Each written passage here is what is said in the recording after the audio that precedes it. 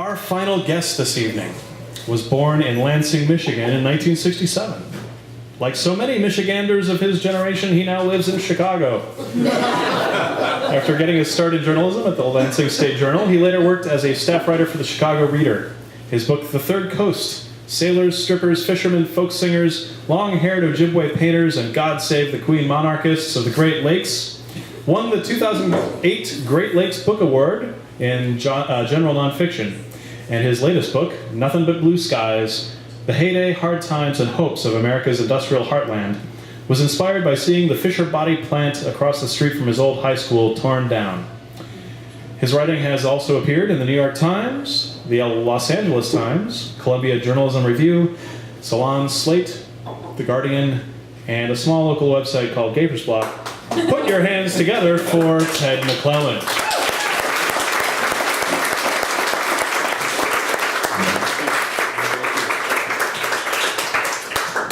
Good day. Good. This is the day, I think, maybe a little higher. All right. Happy. Thank you. Has anyone seen the movie Finding Vivian Maier or seen the photographs of Vivian Maier? Yes. Yes. Okay, so people kind of know who she is. Yes. Well, it turns out, unbeknownst to me, she lived on my block in the last years of her life. And she wasn't unbeknownst to me, but her photography was unbeknownst to me and to everyone else on my block. And so this is a story I wrote about discovering who she was and talking to some of the neighbors about what they remembered about her. It originally appeared on the morning news and didn't really achieve maximum penetration of the world consciousness until it was reblogged on Gaper's Block. I wrote a short coda after this about how writing this story led to Rafe Fiennes sitting on my living room floor. So you'll find out about that at the end. All right. She was our neighborhood bag lady, but she looked more like a retired headmistress or a librarian exiled from her bookish hideaway. Even rooting through trash bins at the beach or in the alleys, the haughty old woman always wore a long dress, a peaked hat, stockings, and blocky shoes, as though still dressing for a station in life she had long since fallen from. Everywhere she walked, she carried a department store shopping bag, filling it with items discarded by people who could afford to be more careless with their possessions. Items that, except for her intervention, would have fallen through the cracks of consumer society into oblivion. Her gathering grounds were the upper right-hand corner of Chicago, a point where the city runs out of land, colliding with Lake Michigan and the North Shore suburbs. Rogers Park, as the neighborhood is known, is the attic of Chicago, where the city stores people it can't use but can't get rid of either. Thank you very much.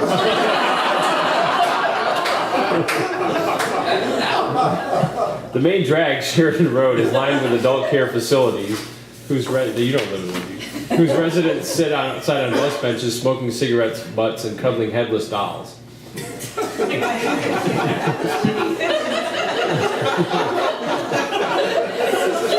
Do you know her?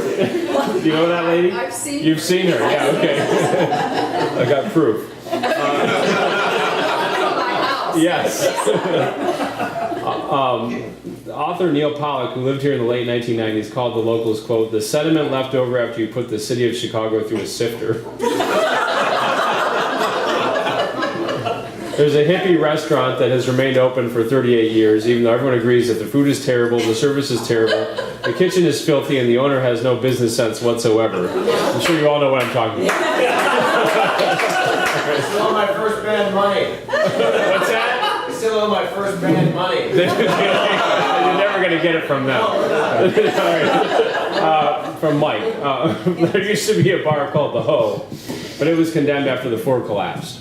When the Leather Archives and Museum outgrew its original location in a more expensive neighborhood, that would actually be Andersonville. I'm filling in the local references since this was a national story. The repository of S&M history found a new home in an abandoned Rogers Park synagogue. If you want to make a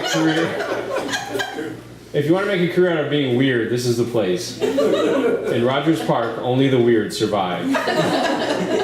That's why I was only mildly curious about the bag lady, even though I saw her at the beach nearly every day.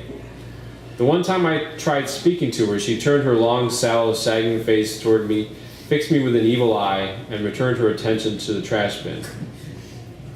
At the end of my block lives a burly, tattooed, bearded man I call the mayor of Eastlake Terrace. Eastlake, a 3-block-long street that runs parallel to the lake, passing 3 narrow beaches, is where I live and where Vivian did most of her scavenging. Except for a tour of duty in Vietnam, Pat has lived here since he was 4 years old in an apartment house built by his great-grandfather. Now in his 60s, he owns a building which provides him a leisurely retirement of sitting on a park bench with his dog and swimming on the lake on summer mornings. He knows everyone on Eastlake Terrace, and he knows their stories too. So last fall, when it occurred to me that I hadn't seen the bag lady for several years, I asked him, "What happened to that woman who always wore the hat?" Pat knew exactly who I was talking about. "Oh, that was Vivian Maier," he exclaimed, as though describing a mutual friend who'd left the neighborhood and made good. "It turns out she was an amazing photographer.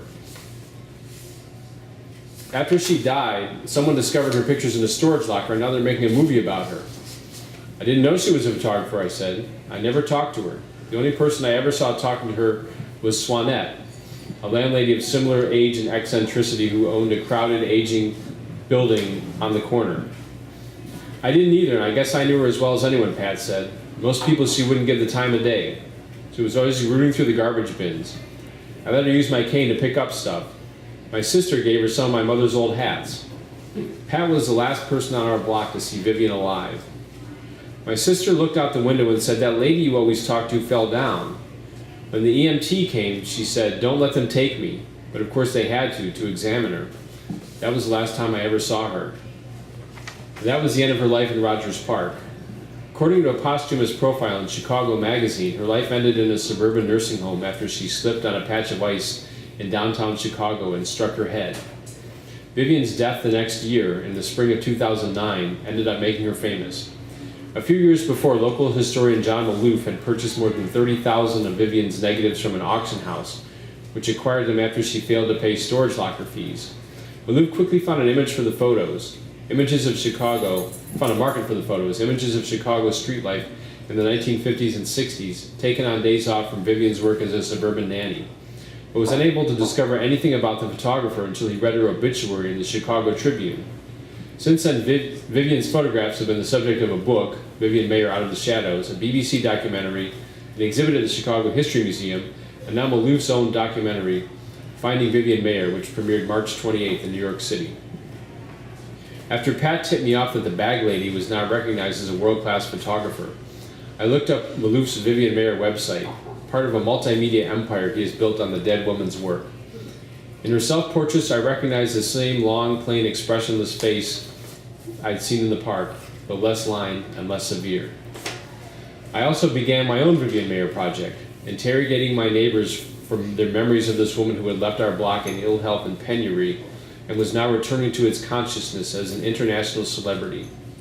In doing so, I discovered a distressing fact of modern city life, big city life.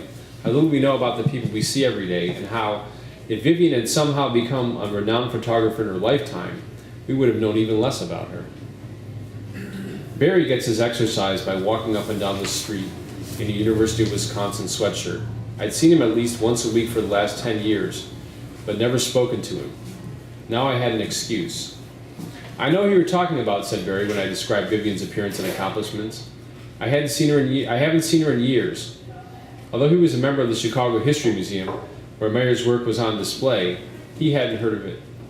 He suggested I talk to Paul, who owned the building we were standing in front of.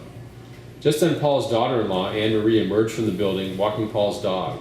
She knew about Vivian because she'd watched the neighborhood screening of the BBC documentary in the apartment of a man who owned a building on the landward side of the street. "Call Tom," she said. "I think some of the old-timers in his building knew who she was." And just like that, thanks to Vivian Maier, I've been introduced to 3 neighbors I'd never met. Take a drink.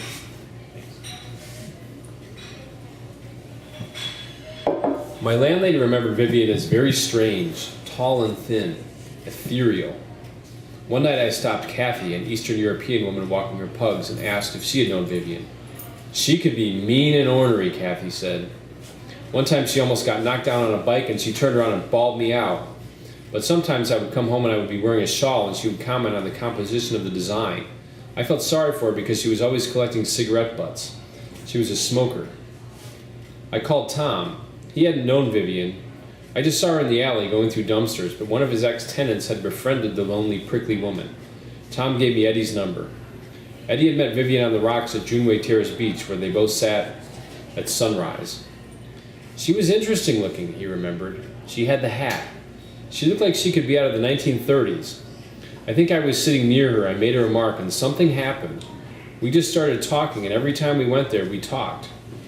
Eddie worked in wood refinishing, but underneath that practical trade, he was an artist. When he told Vivian of his avocation, she insisted on visiting his apartment to see his paintings. After that, she often rang his bell, asking to use the phone so she could apply for nannying jobs she'd read about in newspapers rescued from the garbage. Vivian's rent was paid by a man she'd cared for as a child, but Eddie saw her as impoverished, in survival mode. One Saturday, Eddie drove Vivian to a farmer's market and then to a yard sale. When he tried to introduce her to a seller, he realized he didn't know her name. She never told him either, although they engaged in long discussions of social issues, and like a nanny, she often pestered him to dress better. Eddie knew nothing about Vivian's past or her photography, but he recognized a fellow creative spirit.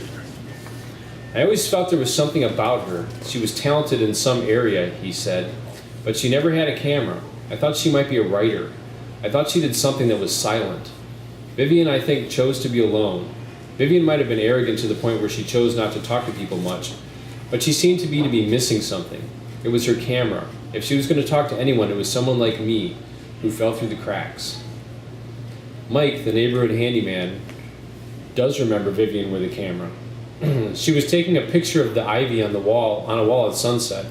It didn't look like anything to me, but it must have to her. Eddie moved away from Eastlake Terrace in 2004, 5 years before Vivian died, and was unaware of her posthumous fame until he ran into his old landlord, Tom, at a Mexican restaurant. He brought up this photography, and I didn't know who he was talking about, Eddie recalled. Someone you don't think is anybody, and you know there's something interesting about him, and then you find out it's sensational, out of this world. In 2010, I worked as a census enumerator on Eastlake Terrace, following up with people who hadn't mailed back their forms. I discovered that a world-famous athlete lives among us. I can't tell you his name due to federal confidentiality regulations, but if you watch any of the last 3 Winter Olympics, you'd recognize it. One of Pat's tenants, Eula Biss, won a National Book Critics Circle Award for Notes from No Man's Land, American Essays, a book whose title is about life on Eastlake Terrace, but is less well known here than it is in the literary world. Pat has never read the book, even though he's mentioned in it. We're both neighbors and strangers, most of us. In some ways, Vivian was less of a stranger because she was so strange. All of us knew who she was, but none of us knew what she was. If she hadn't been such an odd duck, we might never have known either. The dissonance between her artistic brilliance and her obscure, destitute existence is the reason she's the subject of 2 documentaries. Had Vivian published her photos in the 50s and 60s when they were taken, she would have been forgotten by everyone but art students by the time she came to live among us. If she had come to live among us at all. Over the winter, I visited the Chicago History Museum exhibit. Vivian was a great documentarian of her era, especially of marginal people who've been filtered out of the historical record. People whose pictures never appeared in Life magazine or even the Chicago Tribune. People who fell through the cracks, as Eddie put it. People like her.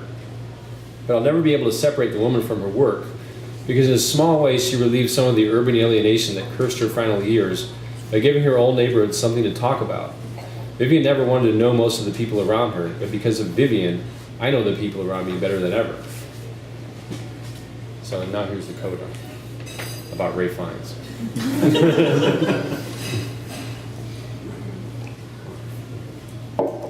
A week after this article was published, I got a call from Richard Cahan, a local historian who had written a book called Vivian Maier Out of the Shadows. He was working with a film crew making a feature about Vivian and wanted to use my apartment to interview locals who knew her. So on a Monday afternoon, 7 or 8 people tromped up my stairs. A shortish man with a thinning faux hawk stuck out his hand to introduce himself. "Hi," he said. "I'm Rafe." Rafe Fiennes was the director, but he sat down on my wooden floor and leaned against my particle board TV stand from Target. I didn't have enough chairs for everyone, but Ray Fiennes refused all offers of seating. He was shy and soft-spoken, more like Charles Van Doren in Quiz Show than Eamon Gurth in Schindler's List, or the concierge from Grand Budapest Hotel. As he listened to stories from Eddie Reisberg and from the owner of an antique shop where Vivian had bought her vintage dresses, I updated my Facebook status to, Ray Fiennes is sitting on my living room floor.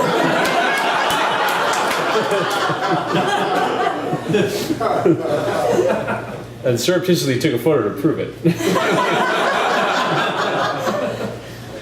Every few minutes I looked out the window to see whether Pat had made his scheduled 3 o'clock appearance on the park bench. When I spotted him, I led everyone downstairs. Pat was interviewed at the end of Finding Vivian Maier, sitting on the bench with his dog Penny, and he was loving his Hollywood moment. Some guy came up to me in the park and said he recognized me from the movie, he told me. I'm still waiting for Spielberg to call. We didn't have Spielberg, but we had the next best thing, an actor who had appeared in a Spielberg movie. Pat, I said, this is Ray Fiennes. They talked for a while, and Ray Fiennes photographed Pat with a tiny digital camera. Despite the introduction, Pat told me afterwards he had no idea who he'd been talking to. That was Ray Fiennes? He said, shit, he was taking pictures of me? East Lake Terrace is a street that turns its back on the rest of the city. Once in a while, the world finds its way there, but East Lake Terrace tries not to be impressed.